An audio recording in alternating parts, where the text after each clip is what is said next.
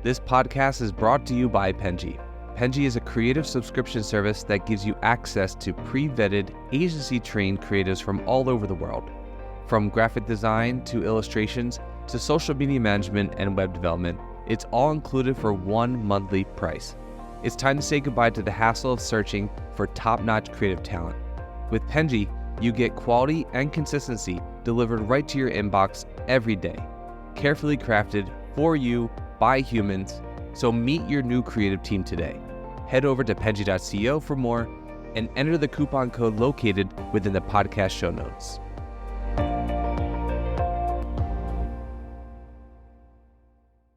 If you do an SEO-based strategy on Pinterest from the beginning, you really have kind of this freedom and flexibility just to continue putting your content there, and you don't really need to do much else.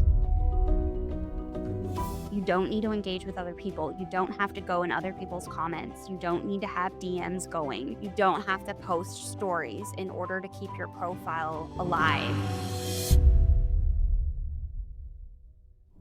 Hi, everybody. Welcome to #Ad by Penji. This is a podcast where we discuss everything influencer marketing related. We talk tips to help assist you in your influencer journey and so much more. I'm your host, Daniela, and I'm Penji's influencer coordinator.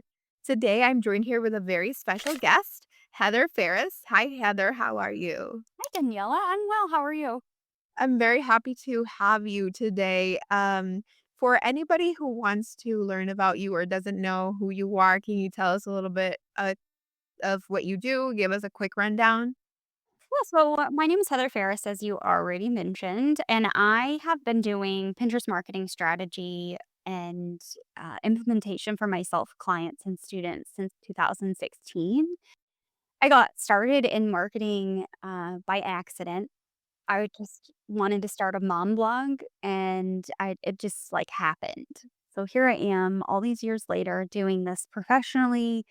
I've helped hundreds of business owners, over 700 people in my membership so far in lifetime to date. And then the YouTube channel has just like grown. So that's my main platform where people can come and learn more about me and learn from me. Um, a little bit about me personally. I live in Tucson, Arizona. I have 2 daughters and a husband, and we love to do things that are just outdoors. So anytime I can disconnect and turn my phone off and throw my laptop in a drawer and run away, I'm there. Sign me up. Yeah, I think when you work online, it's overwhelming to be online so much. Yeah, I'm chronically online, and I'm starting to realize that. The older I get and the more my kids grow and also learn how to use the internet, it's so funny because they know how to use Siri, but even my 14-year-old doesn't know how to do, use basic apps like Amazon, for example, because we've kept them pretty Sheltered. shielded from it. Yeah, for so long. That's interesting. I think for most kids, it's like an opposite an experience where, they're more tech savvy than the parents. Yeah, that's definitely has been my case through the years for my own life. My kids, they can use all sorts of apps. I mean, they play Roblox and all those things, but they don't have social media. They don't get to do, you know, Yeah. maybe fun things other teenagers or little kids are doing, but that's our choice. It's for that. I think it's a good way to shield them. They're gonna eventually be there. They're gonna be there. Yeah, that's what my husband and I say. Eventually, it's gonna happen, and in that time, we've been talking about, media literacy and internet literacy, and these are things I'm learning too as I age. This is not something that we really, Danielle and I, we've learned over the years. Definitely, I think, and to sort of think about all of this, I think media literacy and sort of understanding social media is becoming very increasingly more, like needed and Yeah. more important. And not just for personal reasons, but I think for marketing purposes, like you have now. And I think that's kind of like a huge tonal shift in the way that marketing has been handled, where we definitely see a lot of people being lost in that space because there's people who know a lot about marketing, but they're not necessarily familiar with social media, which is really influencing the way that marketing is changed, and that's kind of like your entire focus, right? Yeah, and we're having conversations, and I'm seeing conversations happening right now, and I mean, this is a hashtag ad podcast for influencers, right? So, where do influencers fit into the media, the traditional media landscape of journalism and stuff like that? So, like, these big conversations and how we as creators and influencers online are engaging in the same spaces that traditional media and traditional businesses have historically just, like, owned and dominated the space, I think is so important to have. I I mean, I think to my benefit and honestly to the credit of my clients and students, Pinterest is such a great platform to kind of cut your teeth on because it's so different than, like, Instagram and TikTok. We don't have to dance in order to get views on Pinterest, and I just love that for us. Actually, that's very interesting. I think I've talked to a lot of influencers who focus on, marketing through social media, but very little do I see people that are focused on Pinterest. Uh, Most of the time, I see people who are doing Instagram and TikTok, and they're giving advice for Instagram and TikTok and maybe even like Twitter or LinkedIn. But I see a very small amount of influencers talking about how you can use Pinterest for a business. And you're definitely one of those people who's like, I would say you're from a very small group. Why were you drawn to using Pinterest as a marketing tool? It actually started when I started my mom blog. So, I was invited to Pinterest to be a pinner, in 2010. I think it was around October. My daughter was just a couple of months old, my oldest daughter. And I'd posted on Facebook, like, how do I learn how to cook? Like, how do I teach myself how to cook? Because at this point, I could only cook boxed meals or frozen meals. And I was newly married. I had a new baby and I just needed to grow up. Right. Yeah. And I was sick all the time from these boxed shelf meals. So I put that on Facebook, and my sister in law texted me an invite code to Pinterest. And this is when you could only invite a couple people because you had got invited. Shuffles recently did this, the new Pinterest app. It's a couple years old now. But you got 10 credits to invite friends when you got on the platform. So it was similar to that in 2010. She invited me. And that's kind of where the whole Pinterest obsession started. Back then, though, you could only scroll so far, and the end of the feed, it just stopped. The pictures were hideous, there were low lighting, it was people were taking them on, like, 3 megapixel iPhones. Yeah, I remember. It was just horrendous, but it worked, and within a year of the platform being in existence, the first iteration of the search platform really started to come online, and I just from the time I got started on it and fell in love with the platform, I just used it every single day as my primary search engine. Then in 2016, and it was slightly earlier than that. I started researching side hustles and things in 2014, got pregnant and had my kid in 15, my second one. So I kind of tabled the idea of any sort of side hustle while I was, you know, a second time mom again. And then I came back to it in 2016 and I went to Pinterest and I searched how to work from home. And this entire side of Pinterest, we talk about the sides of TikTok. I didn't know this entire side of Pinterest even existed. And it was just, I couldn't keep up at that point. It was just a boulder going downhill. I was just searching everything under the sun. And that's where I learned about blogging. And one thing led to another. I started my first mom blog. I had known in this entire time that Pinterest is a good place to put your blog posts because I'd been using it every day for 6 years for that purpose. So it was just a natural occurrence for me to put my blog on Pinterest, and it blew up. It went from no page views to 5,000 page views in less than 3 months. Also, I think you started at a time where people were not doing it that much, right? So that also was to your advantage. I think now we sort of see a lot more people learning about this and trying to get that presence online through social media. So I know that you started doing Pinterest, and like you said, I think a lot of people have used Pinterest as a search engine more than a marketing tool or a social media website. But I'm curious to see from your side, what do you think sets Pinterest apart from other social media platforms for marketing and that marketing potential? So, for example, you know, with Instagram and TikTok and Facebook, we see a lot of, like, video content being put out, and it's more about interacting with an audience, whereas Pinterest is not about that interaction directly. Yeah, it's the longevity and the sustainability of the content that you put there. So you can park your content on Pinterest and it can be found for years. If you do an SEO based strategy on Pinterest from the beginning, you really have kind of this freedom and flexibility just to continue putting your content there. And you don't really need to do much else. You don't need to engage with other people. You don't have to go in other people's comments. You don't need to have DMs going. You don't have to post stories in order to keep your profile alive. People are so afraid to let that story bubble expire, but none of that happens or is necessary on Pinterest. You can quite simply take your content, take your products, apply a really good design and keyword strategy to it, put it on your profile, and people are going to be able to find it for years. So, oftentimes when I'm on interviews like this or I'm talking to people, I ask them, like, when was the last time you went to someone's Instagram account and you scrolled down and down and down and down and down in their feed? I mean, years I guess, like, when I'm stalking someone, When you're stalking someone, right? That's when I do it too. And that's, even then, like, I'll stop halfway because I get bored if they have too much. yeah. Yeah. So, Pinterest, you don't need to do that. You don't need to find someone's profile and then scroll through all of their pins. You just simply need to know what you want and search for it, and the content gets served to the audience. So, the way that I look at Pinterest, and I actually, this is not my idea. I just saw someone talk about this on threads in relation to YouTube the other day. But someone said YouTube doesn't push creators' videos, they select and serve videos to people who are looking for them.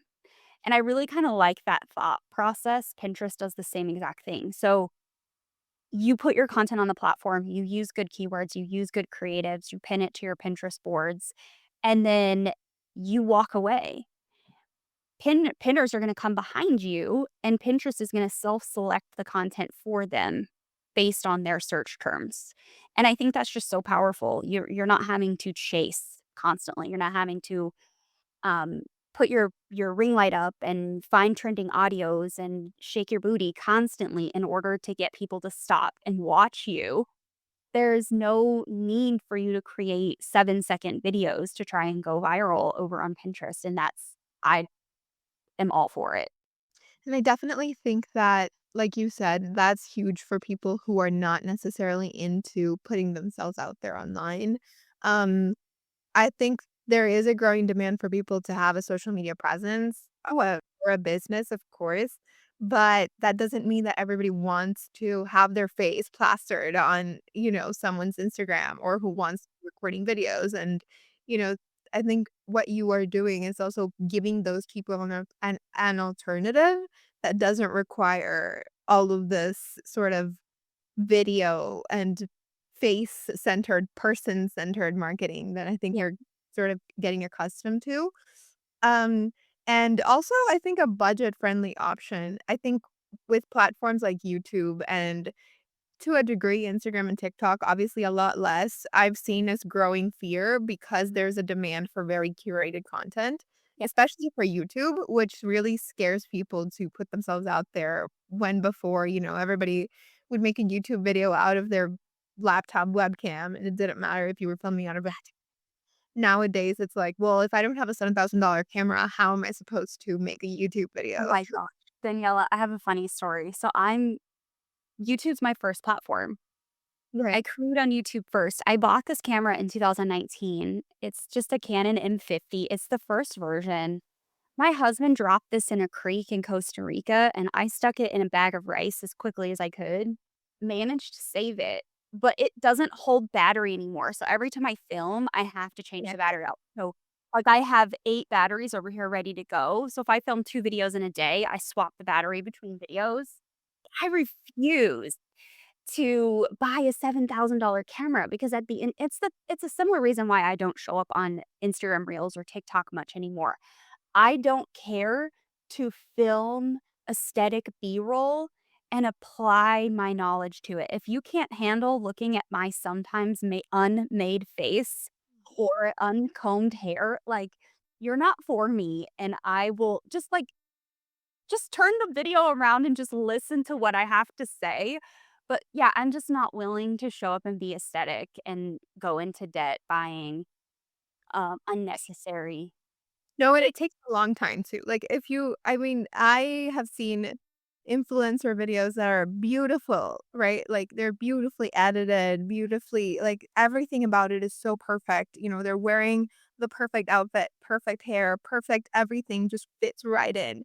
But then I'm like, "How much time did it take you to do this?" Right? Like I know it takes them a long time, and I applaud them for their craft. I don't have the time or patience, and if you're like me and you want to do, content and marketing, then Pinterest might be a platform for you because you don't necessarily have to show your face. I did one brand photo shoot in 2021 for my website rebrand in 2022. It's been almost 3 years since that shoot, and I'm still using those brand photos. So if you want to show yourself in brand photos and use those for Pinterest pins, you can. Be really strategic with your brand photographer and get a lot of different options, and you'll never run out. yeah, so just, like, I think what your strategy shows is how much evergreen content can help you and how there's still an alternative for, content that doesn't require for you to record yourself directly or have, like, everything perfectly curated and ready to go. I think we also underestimate the fact that not everybody has an aesthetic background to use No. or, like, a place where they can just, like, make everything look gorgeous. No, yeah, there's definitely a lot of that. I mean, so many influencers these days are still living paycheck to paycheck in the United States, and that's so unfortunate. And it's just the reality of the world that we live in. So if you don't have that in your life, there are other ways to go about it. I have the resources to do that. I just don't have the talent or the patience. Or the desire, which is totally okay to not want to do that. I think a lot of times people feel like they have to make these types of videos to succeed in marketing, and it doesn't have to be that way, like, you're living proof of it. Yeah. Well, and to talk to the people that are doing those kinds of aesthetic, beautiful style videos or brand UGC content on on other platforms, Pinterest is also a good place to repurpose that. I've been working on content around that for a little while. So Pinterest actually just released an Instagram integration for your Instagram profile to Pinterest. And what it will do is it removes the watermark, removes copyrighted music, and automatically publishes it to your Pinterest profile. Then you can go in and you can actually edit the destination link. So let's say you're an influencer listening and you just did a brand deal with, I don't know, Canon cameras, and you have a partnership link that you were sending people to in your link in bio. Once that pin once that Instagram reel becomes a Pinterest pin on Pinterest, you can edit the pin and change the link from Instagram to your Canon partnership link, and now you're sending people directly to where they need to go to take advantage of whatever offer you were doing with this brand. And that in and of itself is so powerful because it cuts the time down between repurposing, which so many influencers are doing these days. They're trying to get as much audience share as they can. YouTube, Instagram, TikTok all have short form video content platforms now. And Pinterest is also in that they're at that same table. They're offering the same capability. You can do 4 seconds to 4 minute videos, vertical, horizontal, square, whatever size and dimensions you want on Pinterest. But yeah, take advantage of Pinterest for those influencers who are creating all of this great brand content too. So Daniela, it also brings up a really good point. So if you I mean, this podcast is for influencers and influencers who are creating really beautiful content. It's so well thought out and executed. Those people have a really good place on Pinterest too. It's not just for people who don't wanna show their face or don't wanna be the center of attention. It's a place for everyone. So if you are creating UGC content for brands, for example, or you have brand deals, and you're creating that influencer style content, I want you to think about how you can use Pinterest as a platform for yourself as well. So most of these platforms are offering up short form video hosting now. So with YouTube, Instagram, TikTok, Pinterest is also a place for short form video. You can actually put video 4 seconds to 4 minutes, any shape and size, just about, but vertical is the most obvious choice. And just pair your influencer content with a really good keyword plan, really good keyword strategy, and publish your content there. In fact, Instagram recently released a tool where you can import, not Instagram, Pinterest partnered with Instagram to release an import feature. So you connect your Instagram account inside your Pinterest settings and it auto imports your Instagram content for you. It removes the copyrighted music, it removes the watermark, and then you can go in and edit that content once it publishes to Pinterest. So if you did have a brand Instagram reel that is now a Pinterest pin, whatever you're showcasing in that brand, let's say they gave you a partner link, for example, you can edit that video on Pinterest once it's imported, and you can change the link to go directly to the partner link instead of back to Instagram. So the feature and functionality is there for Pinterest to welcome and have and offer a place for creators of all kinds and all scale. Yeah. Yeah, I think it's offers, like, a wide variety of uses opposed to other types of platforms that are very specific to, one kind of content or one certain type of thing to do. What is, in your opinion, the type of content that performs best and worst on Instagram? I'm curious because I think, like, if you put it into perspective, I think right now TikTok has implemented, like, a photo option, but obviously video is their bread and butter, and Instagram has added Instagram Reels, but it is a photo app, so photos are very important still. Um, for Pinterest, however, it's very interesting because it's mostly utilized as a search engine for a lot of people. What do you think performs best? It really depends on the creator, the niche, and the keyword strategy that they use. So if you want to primarily create video on Pinterest, you can do that. If you want to mix and match video and image pins, you can also do that. They've also just introduced a new collage feature, which is that Shuffles app I mentioned earlier. They birthed Shuffles as an individual app, and then eventually they've kind of morphed them together.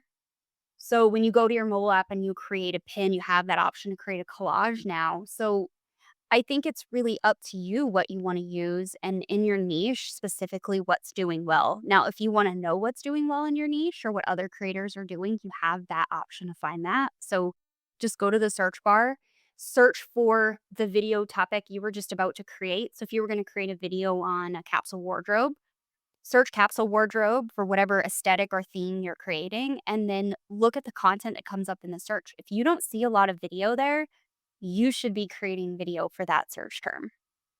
Because like, you're filling that void, right? Yes.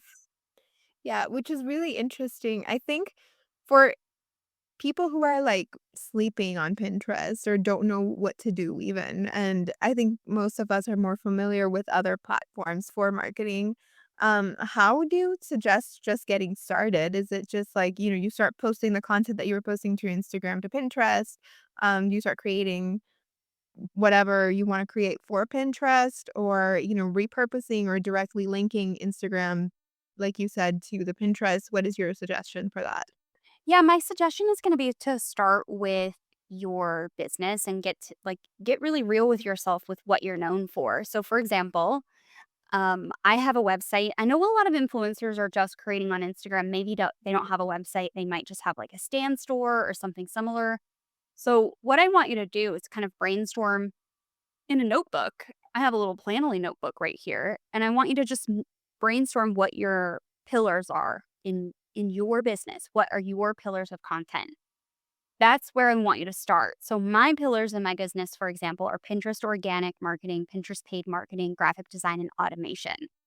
And then underneath each pillar, what are people searching for related to that topic? And I want you to start with this list on the search bar on Pinterest or in the trends tool or in the ads manager using any of those three options. You can find keywords and just start creating a keyword list for all of the things that you want to ultimately share on Pinterest. Once you have your keyword list, I want you to create your Pinterest boards. And then once you have your Pinterest boards, you can start creating that Pinterest content. So whether you're bringing it over from another platform or whether you're creating it brand new in Canva and putting it on Pinterest. But that's really where you start. Got to start with keyword research, create your Pinterest boards, then we create content. Yeah, so it has to be kind of, like, methodical, right? And there is some research involved, I think, for Pinterest, and I think it's really interesting how much SEO plays a part in Pinterest whereas with other platforms, I think SEO is always important, but I think a lot of people tend to overlook it and it's fine, or And not. overthink it too. So once they get started with it, they overthink it and they ask questions like, "Well, there's 25 keywords in this search result. How do I know which one to choose?" Yeah, so how do you know which one to choose? Great question. Yeah, so I usually start so if you're in the search bar on Pinterest, the ranking is from top to bottom in the autofill. So imagine a search bar and you're typing in like modern chic furniture or something like that. So as you're typing that in, there's an autofill that's starting to populate in that search bar.